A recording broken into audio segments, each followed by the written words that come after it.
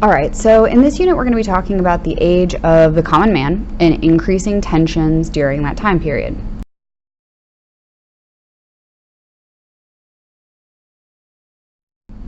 First up is going to be politics during this time period, because so much of this time period in the 1820s, 1830s, and 1840s is driven by the politics of what's going on.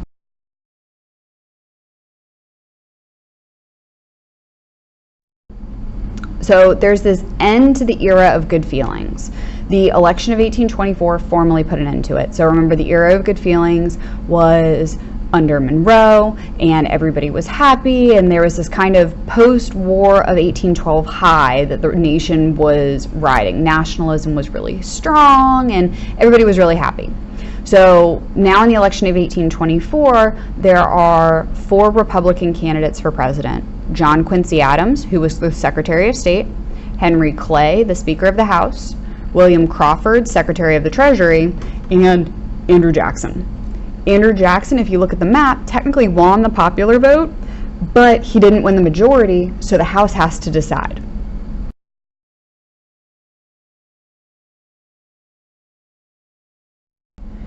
So it's kind of seen as this corrupt bargain because the House had to decide among the top 3 candidates, but Crawford ended up having a stroke, so he's pulled out. Then Henry Clay and John Quincy Adams strike a deal that says Clay will give his support to Adams, and Adams said, well, I'll name you Secretary of State if you do that. Jackson's people called this a bribe and tagged it the corrupt bargain.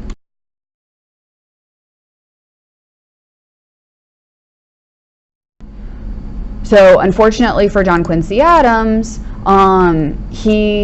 his whole presidency, a corruption kind of hung underneath it.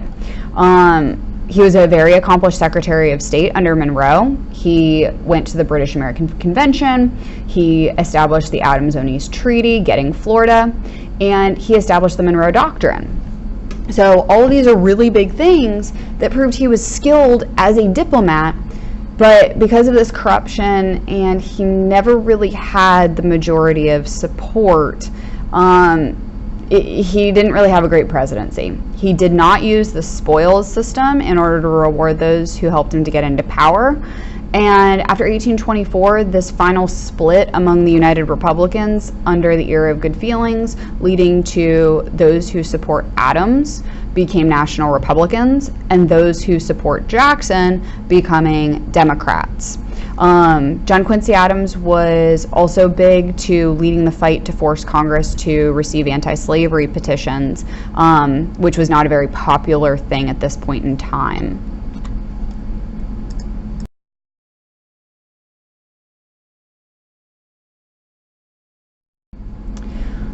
So if you look at the map for the election of 1828, you'll see the blue states tended to win a bit, and the yellow states did not get.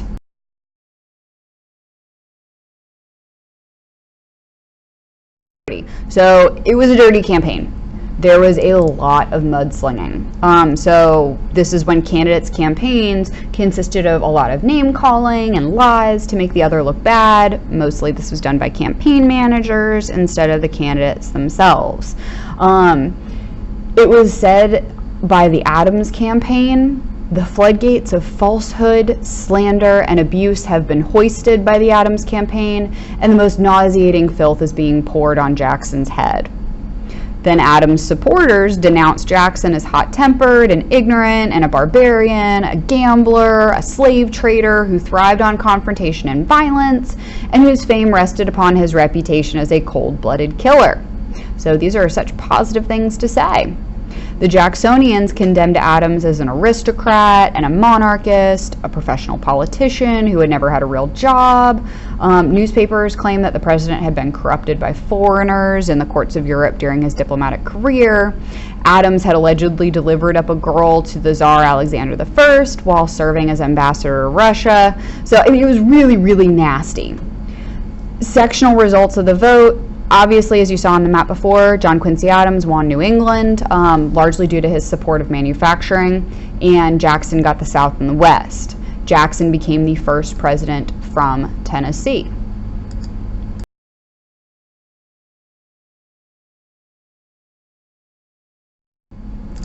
So under Jackson, it's known as the age of the common man. So he was seen as a common man. He was out without formal schooling. He's not from the elite. He is coming from the people.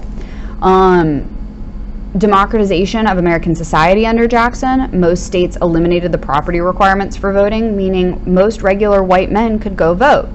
It also affected many free black males in northern states, half of which allowed the black men to vote. So, I mean, that was awesome. You've got this great rush of people coming into the electorate. Jackson benefited from this democratic spirit, and the country started moving towards universal white male suffrage. You still don't have women, still don't have Native Americans, and then most African Americans were unable to vote.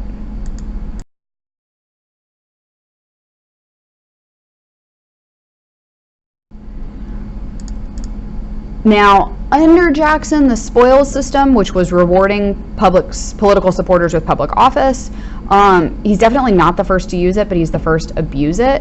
When Jackson was president, he fired 20% of federal officials and put his supporters in to help him during the election, or that helped him during the election. It was filled with corruption and ineffectiveness, and to the victor belong the spoils is kind of the image we get when it comes to Jackson and how he abused the spoils system.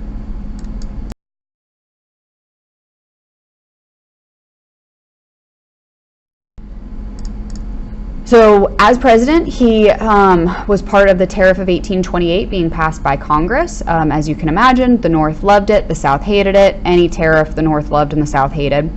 This caused sectionalism to rise. Southerners called it the Tariff of Abominations. So Vice President to Jackson, John C. Calhoun, secretly wrote a pamphlet called South Carolina Exposition. In it, he talked about the nullification theory, which said a state had the right to decide whether to obey a federal law or to nullify it. This idea for the South Carolina Exposition came from the Alien and Sedition Acts versus the Virginia and Kentucky resolutions in 1798.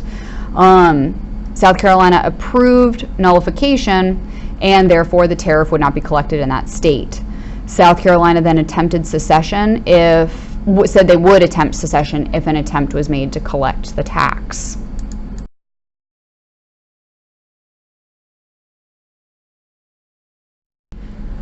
So now you've got this kind of constitutional crisis happening where Jackson's not a fan of the tariff, he wanted to defend the Union, and he was pretty ticked off by what South Carolina was doing.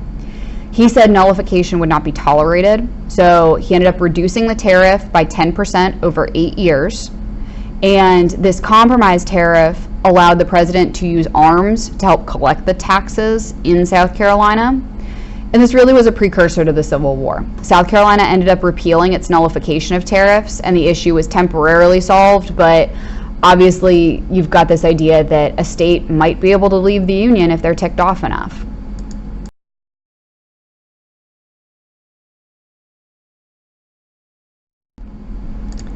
Now moving on to Jackson's Indian policy. He made a lot of enemies in his presidency. His goal was to expand into the American Southwest for Southern planters. So the American Southwest would be like Arkansas Territory, Missouri, Louisiana. Those would be where he was thinking. It's a generally unorganized area, and up into the Louisiana Territory a little bit.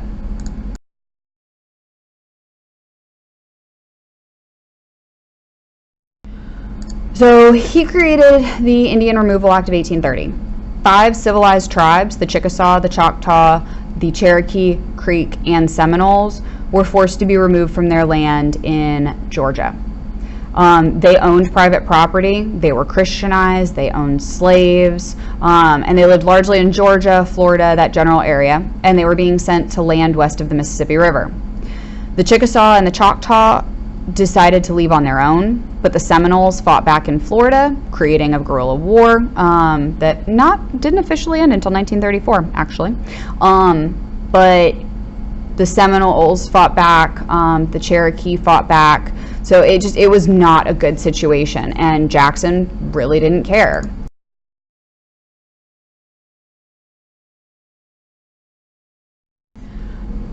So if you look at the map, you can see where the Seminoles are being forced to move, the Cherokee, the Creek, so where everybody was being moved from over to what we now know today as Oklahoma, that was being designated as Indian Territory.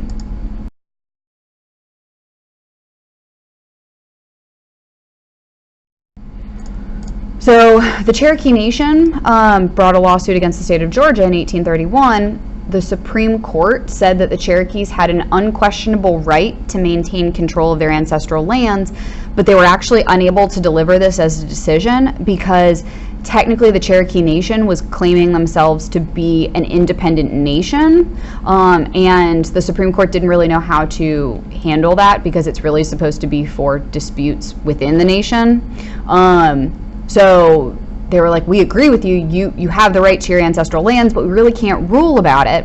So then came Worcester versus Georgia, where the Supreme Court protects the Cherokee by ruling that Georgia law doesn't apply to Indians and therefore they don't have to leave. Well, Jackson said screw that and chose to ignore the federal court's decision. He was quoted as saying, Marshall has made his decision, let him enforce it if he can. This led to the Trail of Tears, where 17,000 Cherokee were forced to leave Georgia for Oklahoma. Thousands died, largely because this took place during cold times. They were forced to walk when they weren't necessarily ready. 4,000 died. And this happened in 1838 after Jackson left office, and they were basically moved under military guard to Oklahoma. It is a huge stain on the country's history with Native Americans.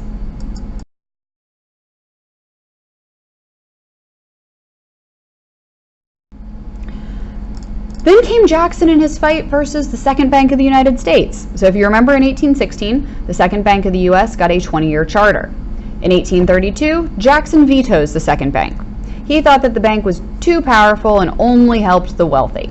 The bank had a great amount of power because it controlled loans made by state banks, which angered farmers and merchants who wanted to borrow more money. Jackson also saw the bank as undemocratic because it was controlled by rich private bankers. The Bank of the U.S. was technically a private corporation with extensive public responsibilities and powers, including federal funding, including tax collections, disbursement of federal payments for obligations, and also acting as a commercial bank. So it was a gray area there. Many people said Jackson was exercising too much power, and he vetoed more bills than all previous presidents combined. Also remember that in McCulloch v. Maryland in 1819, the Supreme Court said that the bank was constitutional. So Jackson was taking steps to destroy the bank, even though it was a constitutionally protected thing. So in his steps to destroy the bank, he ordered all federal funds withdrawn from the bank and placed in pet banks, which were individual state banks.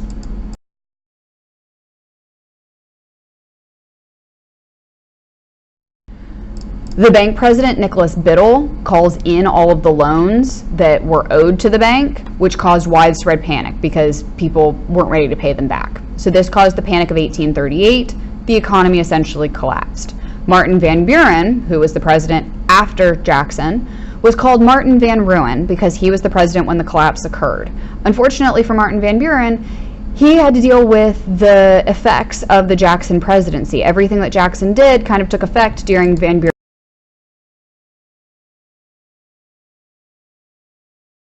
presidency. Okay, so if you look at the two-party system, the Democrats supported local rule, limited government, free trade, opportunity for white males, and they came from their support in mostly the South and the West. The Whigs, they loved the American system. They thought that crime was associated with immigrants, and they were largely in the New England and Mid-Atlantic states.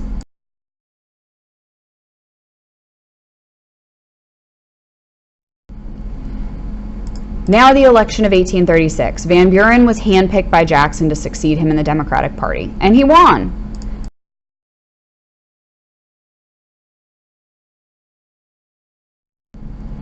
But his presidency kind of sucked because the Panic of 1837 lasted for 7 years and was caused by Jackson and the bank crisis. He did want to create the Independent Treasury Act in 1840, where the government would keep its funds in its own vaults and do business entirely in gold or silver. The federal government would then regulate the nation's supply of gold and silver and let the marketplace regulate the supply of paper currency. This was repealed in 1841, but restored in 1846, which ended up being a really positive thing.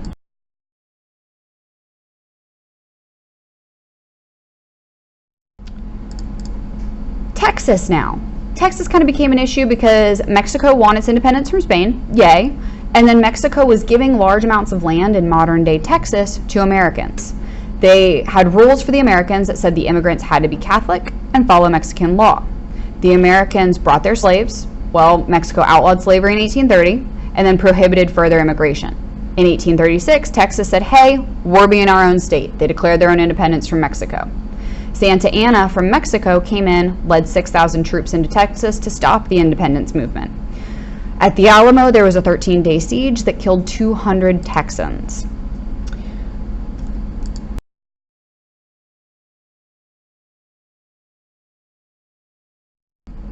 Then in 1836, it became officially the Lone Star Republic. Santa Anna rejected that treaty, which is when you had all that fighting. In 1837, Jackson recognized the Republic of Texas.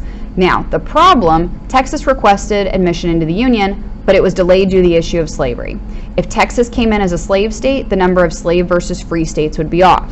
U.S. was afraid of conflict with Mexico since Mexico wouldn't recognize Texas independence as a republic. Texas had high debt due to the Revolution. Texas wanted annexation because the U.S. had strong military to protect Texas from Mexico. The U.S. had a strong economy and a postal service, and most Texans were from the United States.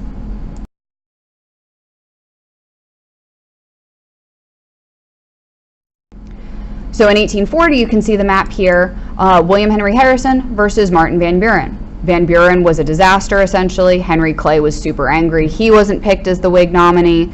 It was kind of a mess.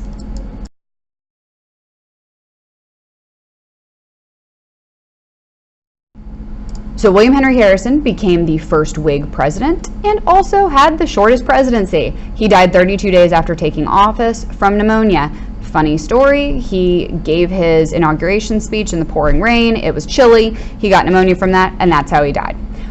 So Vice President John Tyler became the very first vice president to succeed the presidency. And he was somewhat of a Whig because he left the Democratic Party over the nullification issue back in South Carolina. And so, I mean, it was kind of a gray area. He used to be a Democrat, now he's a Whig, and now he is the president after William Henry Harrison dies. So, fun times. Okay, so that's politics in a nutshell in this time period, and next time we'll talk about society and culture.